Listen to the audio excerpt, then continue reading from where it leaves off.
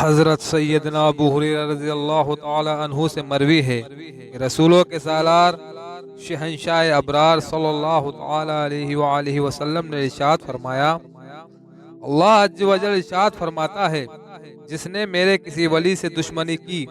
تو میرا اس کے خلاف اعلان جنگ ہے۔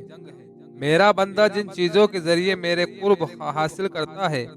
ان میں فرائض مجھے سب سے زیادہ محبوب ہیں، اور میرا بندہ نوافل کے ذریعے میرا قرب حاصل کرتا رہتا ہے، یہاں تک کہ میں اسے اپنا محبوب بنا لیتا ہوں اور میں اس کا کان ہو جاتا ہوں جس سے وہ سنتا ہے، اور اس کی آنکھ ہو جاتا ہوں جس سے وہ دیکھتا ہے، اور اس کا ہاتھ ہو جاتا ہوں جس سے وہ پکڑتا ہے، اور اس کا پاؤں ہو جاتا ہوں جس سے وہ چلتا ہے، اور اگر وہ مجھ سے مانگے تو میں اسے ضرور عطا کرتا ہوں،